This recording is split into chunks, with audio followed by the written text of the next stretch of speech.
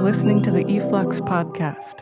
We're speaking with Dena Yago, who is an artist and writer and has written an excellent text in this issue of e-flux Journal called Content Industrial Complex. Hi, Dena. Hello.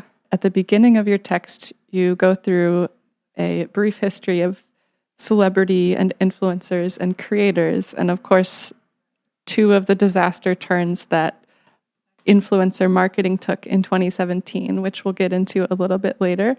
But you also, of course, define something that's central in the text, which is UGC. And I'm wondering if you can tell us what that is. Yeah, so UGC stands for user-generated content, and it's kind of an umbrella term that's used in marketing to refer to any content that's posted, for free at will by any user, so anybody who's using the platform. Usually it's incorporated into part of a larger marketing campaign that kind of relies on user response. And often in those campaigns, brands will put forth a call to action or a CTA. And what that could be is kind of like share on social or use this hashtag or check in if you're at a specific event or something like that. So on the one hand, that's like a metric for success. On the other hand, it's something that brands will include in decks and presentations to kind of be like, hey, and here's what we got back from the audience. The other thing that they'll do sometimes is incorporate user-generated content onto their own social platforms. So like reposting something that a fan posted. And when they do that, usually they'll ask permission. Or they'll kind of incorporate UGC into, I don't know, I feel like maybe you've seen these, like they're like TV spots or something. Well, you'll just see like a flurry of images of things that people have said or done around content. That's basically UGC. And a lot of times in that specific context, they won't be going and asking for permission because people are willingly putting this stuff on social media, and there's kind of this implicit idea that that's, makes it fair game. So that's what that is. No, that's great. And in your work, what have been some of your engagements with user-generated content, whether it's working with advising a brand or advising a cultural institution, et cetera? I guess just to take a step back, it's what I have like my individual artistic practice that doesn't really tackle these issues in the work itself, because I don't necessarily think that that's the most efficient vehicle for discussing or dealing with these things in my individual work, but I think other artists do it great. But then kind of out of the work that I did with K-Hole, it sort of led to me doing freelance in the similar capacity of doing, brand strategy or social and digital strategy for different brands. And I guess it's almost like so inherently baked into any marketing campaign that anything that I've worked on takes that into account. Sure. Yeah. And since it's International Women's Day today, I thought I would ask you about UGC that's related to this day, or, whether it's this year, years past. And I was also wondering if you could talk a little bit about the Gucci campaign that you mentioned in your text as well. Yeah. So I haven't seen anything particularly today yet, but it's also early in the day and I haven't really been on social media. But for the last few years, there's been just a huge wash of, the term they use is pink washing. So brands taking a stand for feminism or doing campaigns specifically about empowering the voices of young women. And there was this Always deodorant campaign, like a girl that won all of these awards. And it's like, that's advertising activism when really it's, what is it actually? Pinkwashing. Yeah, it's pinkwashing. It's amazing there's a term for it. Yep. And there's another term, rainbow washing. Similarly, like taking up the helm for LGBT issues or anything like that. Like different brands will have different hashtags, or they'll just like jump in on International Women's Day hashtag, or they'll dedicate a few posts today. And a lot of that is part of a marketing cultural calendar. So brands will say like, oh, on this day, we're going to do this many posts dealing with women. Like during Pride Week, we're going to do this many posts that have to do with the community. And it just kind of like slots in as things that they feel beholden to do. which on the one hand is like, sure, fine, but towards what ends is... Sure, and that's something that you talk about or ask about in the text as well. I think specifically with the Gucci, it's a Gucci campaign, right? Yeah. You could talk a little bit. That was, because I kind of get into it in the essay, that was a content partnership with Artsy. Okay. So it kind of falls into the, under the umbrella of branded content, where Gucci is sort of a byline on it, but it's not really inherently placing their products in the ad itself, and it's more about positioning the brand as an entity that cares about these things. And what was the campaign, just for people who might not have seen it or who haven't yet read the text? I'm trying to remember the name of it exactly, but basically they produced a series of videos with female artists, both kind of an older, middle, and emerging generation, and had them talk about inequality in the arts, and it kind of dovetailed on the Not Surprised campaign that happened. And I think that, to Gucci's credit, they've been getting a lot of positive feedback for the things that they've been doing about responsibility within fashion art. They actually just did something with Dapper Dan in Harlem, which is pretty interesting. But I think that that's kind of what their position is like, we're the ones doing this responsibly. Mm-hmm. And I think that that's great. And I'm not like faulting Gucci for that. It's more the question of like the people that are participating. Of course, like if somebody approached you and was like, we want you to talk about inequality in the arts, you're an artist, like go for it. Here's your platform. Mm-hmm. You're doing it with Artsy, which is like deals a lot in secondary market and, the commerce side of art. And Gucci are the ones sponsoring it. It's like, well, sure, they have a larger audience, but why are you not doing this on a platform that is like owned or taken up by the people in question? Mm-hmm. Yeah, I think you were asking why Gucci was engaging in something more specifically art world, because it was specifically artists, right, who don't necessarily work in fashion that were part of the campaign, right? Like, right. I mean, there was some kind Barbara of interesting... Kruger and...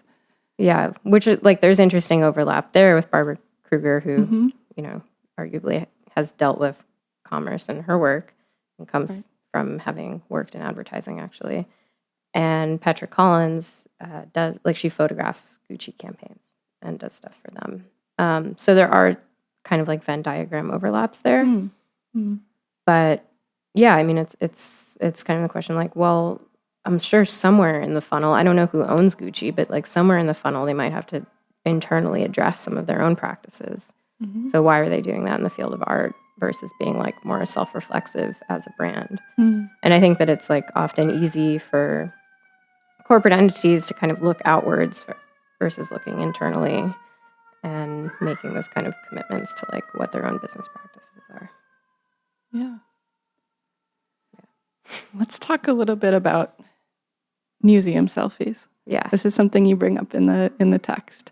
Can you tell us a little bit about, first of all, about some of these museums of various things that you've encountered in Los Angeles, where you've been living before you moved to New York, and then what people's engagement with this is like on the level of generating content, on the level of engaging with artworks, and also social media. I mean, this feels like something that is very recent, though I'm sure that there's, I don't know, it just like palpably feels like a different wave of these, what do you call it, like marketing experiences that wouldn't necessarily position themselves as such. So I don't know. I mean, there's the Broad in LA. I think it just feels really present in LA because there is this like willingness to really appear and self-represent, and that's sort of like what the city is about in a lot of ways. But also you have museums like LACMA that's sort of turned around its position as an institution because of social media. And can you talk a little bit more about that? Because I've been curious too, just seeing, just as a viewer, seeing, various museums and wondering how much are these cultural institutions, museums, other institutions included, paying attention in their programming, in their exhibition making, to how this will appear, say in a selfie, to how this will appear. Yeah. Yeah. Well, I don't know that much internally to LACMA as an institution, but just kind of like from an external perspective, they've been putting a lot of effort into their social media campaigns. So like using Snapchat or Instagram or all of these things as a way to reach a broader audience. But they also have been doing they have like, like Jazz Thursdays, Family Fridays, things like that have actually made it attractive to a broader LA community. And I was working on the LA Philharmonic and Pacific Standard Time, like two different kind of cultural things that happen in LA. And in both instances, they're like, we want to do what LACMA and the Broad are doing, because ultimately it drives like their presence on social media and their ability to reach a broader audience kind of results in having like higher ticket sales and attendance numbers, which kind of motivates donors and people to kind of invest in the institution, which allows them to put on larger scale exhibitions, which often end up kind of being beholden to the collectors that they're borrowing from, or the people that are sort of investing in it. And kind of just following that logic, like a lot of that work ends up being like somewhat ostentatious or large scale immersive environments that end up drawing the crowd. So like the Rain Room being a LACMA, or a lot of their permanent installations, like the Chris Burden Urban Lights one, or Michael Heiser's Levitated Mass. The Broad just kind of regularly has lines that go around the block, and it's, you have to reserve tickets, and they have the Infinity Mirrored Room. So you kind of have these things where, like, on the one hand, it's great because it's like democratizing art and broadening the audience and increasing the amount of people that are actually seeing these works in person. But then the question is like, well, how long are they actually engaging in the traditional use of that word with the work? And are they just going into the room in order to take a selfie and leave? And what is the motivation behind that? Is that to like self-present as a like cultural individual that does things in the world? You mean for the person? Yeah, for the person. And it also, kind of flattens the landscape where it's like, okay, I'm going to take a picture of my like turmeric bowl, and then I'm going to take a selfie in the Infinity Room, and then I'm going to go to Coachella, and then I'm going to go to the beach or go on a hike or something. And it just all becomes, I think that social media just flattens that landscape where things become really interchangeable and the content is almost irrelevant. It's just a kind of like accrual of these, pegs on a board of things that you need to do. And that's where like you see all of these. When I was researching some things for the essay, I was like researching most Instagrammed sites in LA, and just the amount of listicles is pretty mind-blowing. What did you find? Well, they're just like every online publication has one. It's like the 10 most Instagram walls, the 5 most Instagrammed installations, or the most Instagrammable foods. And I think that it's also, Instagram being the I don't know that this could change tomorrow, but Instagram is the platform where these things really thrive because it's so, it's so one for one. And then you have these supporting apps that help you edit the photos and whatnot. Yeah. I'm curious, just going back a little bit about the term engagement, because you mentioned people coming into something like the Broad, which I think in the essay you said kind of epitomized this idea, your idea of a museum as operating as a content farm, right? And, engaging, but not engaging in maybe a traditional sense. And I think at the beginning of our conversation, you were talking about user-generated content being, specifically about engagement, right? That's like one of the terms that are used by Instagram, Facebook. What's the difference?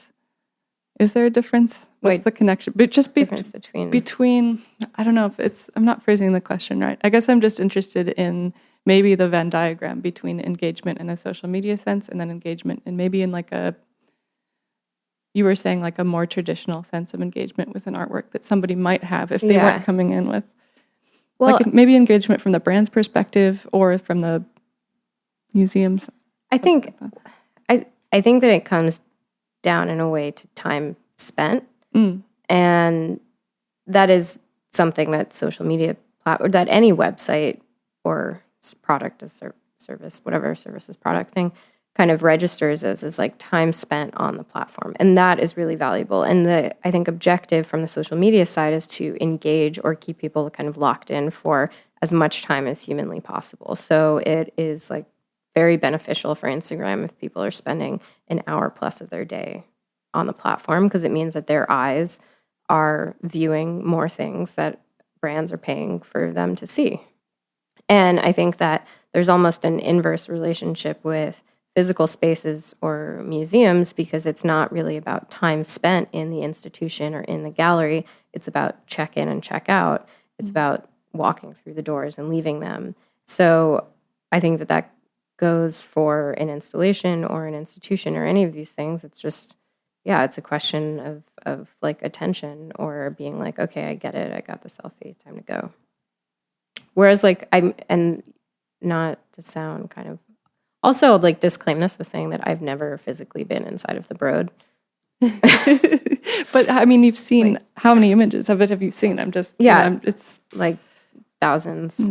I mean, you were searching through the number of hashtags, right? For yeah, and Infinity Room installation there. So, and I imagine you probably scrolled through many of those. So I wonder, I wonder if that feels like, yeah, like, does it matter?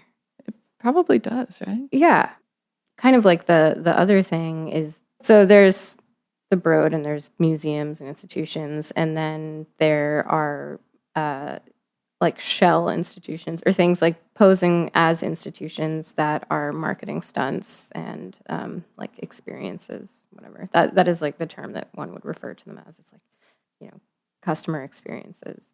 Like the Museum of Ice Cream, which I just think is like, that is something I actually would love to go see.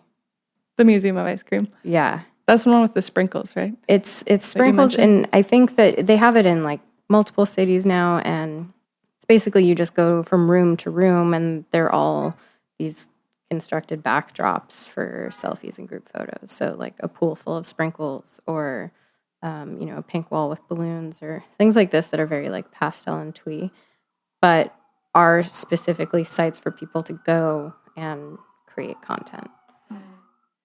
Yeah, it's like they're borrowing the language of museum because they want to position this thing as a cultural experience, even though, and arguably it is or it's not. Maybe it's just a different. It is a culture, right? Yeah, but then you're actually able to say, "Oh, I went to a museum this weekend."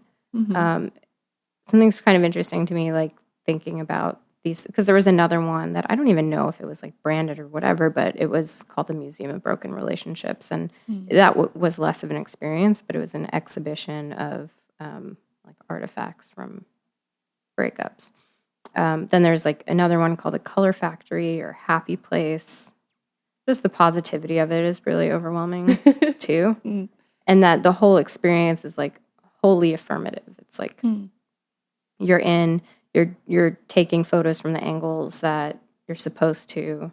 You're providing ultimately like free content for whatever. I'm sure that brands are trying to either emulate this, or they are. There was like the Museum of Cheetos, or the Museum of Spam too. And yeah, and they're doing that because they know that it's such a valuable thing in terms of giving them for free things that they would otherwise pay for. And speaking of that, you go through a number of points in the text about the value that's created for, be it an institution like a museum or a brand. And you talk about kind of what we can't do about that as people, or as, users, which is a term you also go into, and things that maybe can be done to kind of alter that. I was wondering if you could talk a little bit more about that. Yeah. Well, I think that's something that I see in my own feed a lot is people that this is like really just my own filter bubble, but it's people that went to art school that I assume are in a lot of student debt that find themselves as being like really good meme lords, and they're making really funny stuff that ends up circulating widely, and they have thousands and thousands of followers, and yet there's this moment of frustration where they're like, I'm putting in all this work, I'm doing this for the fans, but then you get people like the Fat Jewish or Fuck Jerry who are stealing their content and reposting it, and they're the ones that are getting hired by Arby's or whatever to do social media campaigns for them. So they're like, I'm putting in all this work, there's time, there's production, like there's human capital involved that doesn't result in any kind of support for their way of life. And I think that the way that some people are doing it is creating private accounts, like private meme accounts that they then ask for like $5 on Patreon or Venmo or something like that. Like if you want the content, then you have to pay for it. But the thing that I kind of mentioned in the article is like, well, then you get the situation that there's always enough people that are doing this shit for free. Why would I pay for it? And that kind of comes from like the brand perspective is that, of course, like if you can get it for free, why will you spend your budget on it for something that is like very foggy as to whether or not it's actually supplying a return on investment. Mm-hmm. Yeah, and you mentioned the tactic of culture jamming from the 90s and how that's not so possible today, right? Like I'm thinking of when you were just talking earlier and explaining user-generated content, how it works, and talking about a Facebook feed and the videos playing in the background. And just this kind of like captive mode that we're in where you can't, and I think you mentioned in the article, like you could, do a joke hashtag and say or like geolocate yourself somewhere else, but the brand could still get into it, right? Well, I think this kind of segues into how marketing is kind of one of the largest buy-ins to surveillance culture, because that's what that's what Facebook is selling is data. Mm-hmm. And even, like as I mentioned, there's all of this image recognition software that's only getting smarter by the amount of data that people are uploading. Mm-hmm. So, machine learning and neural networks is only as valuable as the data set that it's running off of. And the more that people upload images of apples or dogs or anything, the easier it will be for an AI to identify a Macintosh versus a Granny Smith. I guess Mac in this context is confusing, but like, whatever, a Gala apple from a Granny Smith or like a golden retriever from a pug. Mm. So, yeah, I mean, it's like no matter what you're doing, even if you're posting an image that has an offensive comment to it, if the image itself is valuable, it can be run through programs like, I think Amazon's is called Recognition. There's another one called Clarify. And then kind of the biggest one is IBM's Watson, which will be able to identify any image within the image. And if a brand is using that service, it basically is able to pull out any Nike logo in a sea of content that is publicly available. So that is terrifying. Yeah. But you do talk about things in the essay that still can be done to subvert some of those more sinister technologies. Yeah. Yeah. I mean, I kind of put it in there because I feel like it's not like there's nothing that can be done. Yeah. I think that it's a little bit disheartening because you realize as an individual that any kind of, like all of these platforms are going to go on thriving and brands are going to go on using them unless there's kind of a massive walkout or rejection of the technologies, and the feasibility of that happening because of the payoff that they give to individuals seems very low. Because ultimately it's like people are lonely and they want to feel part of something and they want to be distracted from their actual world and every day. And that's what those things kind of provide. So asking everybody to not participate seems like depressingly not real, or like not feasible. But then like one of the things that I get into is possibly a subversive tactic is fan fiction. Yeah. So let's talk about that. Yeah. Like, so I think that you're kind of seeing this thing where people are approaching media as something that they can then be used as their own creative material. So you watch Guardians of the Galaxy and you can make a meme out of it, or you can role play or cosplay a character from a Marvel series or something like that. And that's all well and good, but then it also kind of provides a possibility for people to insert alternative narratives into these pretty like hegemonic unified things that rely on like traditional patriarchal tropes or whatever, where it's like there's the superhero, there's the villain, there's the love interest and things like that. But when it comes to fan fiction, it allows for the reader to then champion characters that represent themselves more. or kind of imbue narratives into these frames. So, you know, you can say, like, there's one of the richest fan fiction communities is around Harry Potter, and there's not really any, like, I don't know, like any subversion there, but you could make Hermione like lesbian or something, or you could like champion it, or, you know, I don't know. It's like you could make a fan. I'm sure millions of these. Sure, there could be any character of color, which is there aren't so much in the traditional Harry Potter series, I think. Mm-hmm. Yeah, which is something, of course, you mentioned in the article that some of these, you know, fan fiction in particular is important for people of color, or just anybody with. Yeah, exactly. There was like a good essay that I read about the Walking Dead fan fiction, which is like particularly geared towards that. And I think with this whole question of like representation on screen, if you are producing fan fiction that is actually, like, I think this is another thing I'm getting to, is that all of the brands aren't they're not thinking that they're the ones that are delivering the final word. It's like they're trying to understand what people are doing at a grassroots level and then capitalize on that, which is like fucked up, but also means that they're listening, which means that like it gets perverted into things like rainbow washing or pink washing. But ultimately, if there's like a fan community that's like hardcore championing a woman, person of color, queer, something like that, maybe the franchise will be like, well, maybe the next movie should be the main character. So that theoretically could be cool. I don't know that I've seen that many instances of that. Like just for the broader audience, like the most well-known version of fan fiction resulted in 50 Shades of Grey, which is possibly one of like the least transgressive sexual narratives in contemporary culture, but possibly one of the most profitable in history. And the thing with 50 Shades of Grey was that it was fan fiction from Twilight, which is also like extremely sexually regressive, and kind of like an abstinence tale. Yeah. So it'd be cool if it went another direction. A different shade. Yeah. Yeah. And you mentioned at the very end of your essay that, you know, but sort of on this theme of people who are influencing, you know, various cultures, whatever level we want to talk about. But as you were saying, you know, brands are looking to people to either create content or, you know, create a narrative, I guess, in a more positive spin.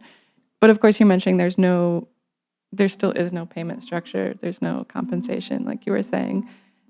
I'm wondering if you have any thoughts on what an industry standard for influencers would look like. And is there any sort of examples in the art world that you can think of to kind of...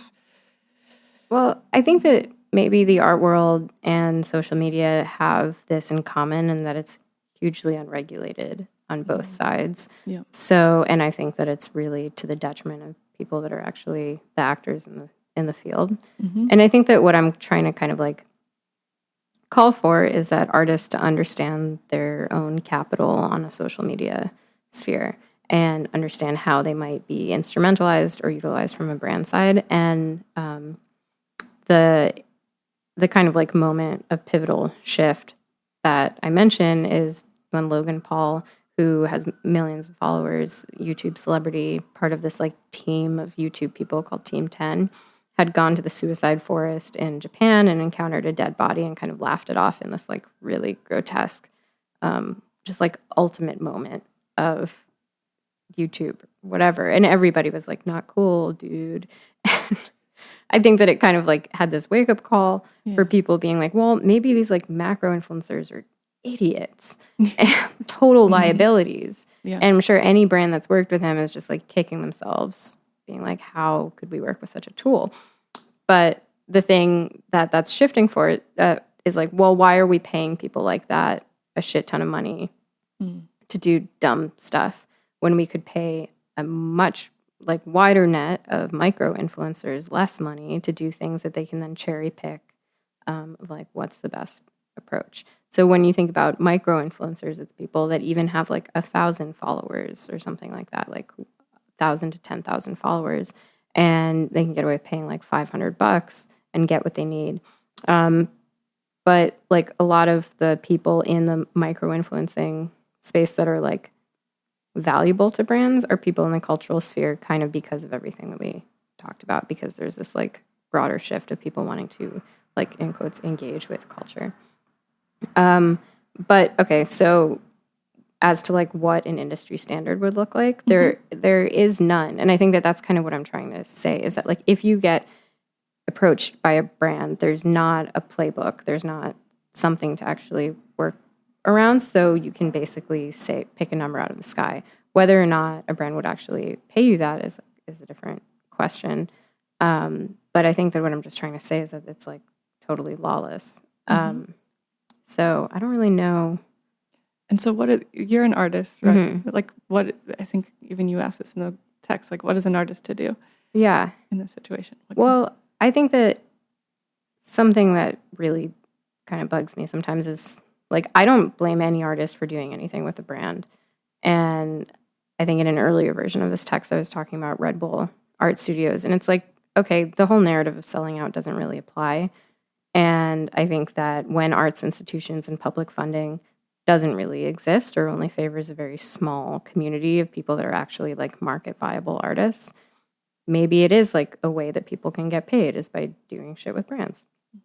But on the other hand, I think that when artists like include brands in the work itself as like a shorthand for capitalistic critique, I feel like that gets short-circuited pretty quickly when images of those artworks get shared on social media.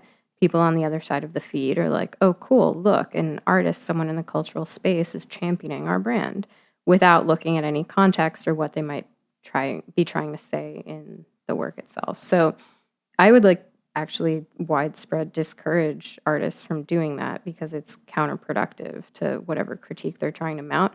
And it may be legible within the art world, but it's like inevitable, unless you have like a no photo policy and no documentation of the work, that this stuff will get like posted on social media, and therefore be instrumentalized for something beyond their original intention.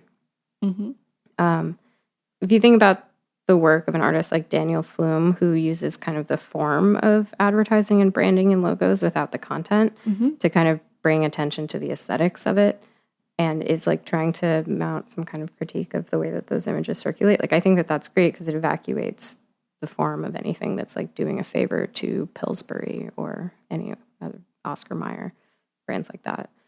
So maybe that's an option. Absolutely. You could make fan fiction where like the Cheetos guy is a total perv. It's all possible. Yeah. Cool. Well, on that note, we'll look forward to some Cheetos fan fiction. And thank you so much, Dena, for being here. Guys.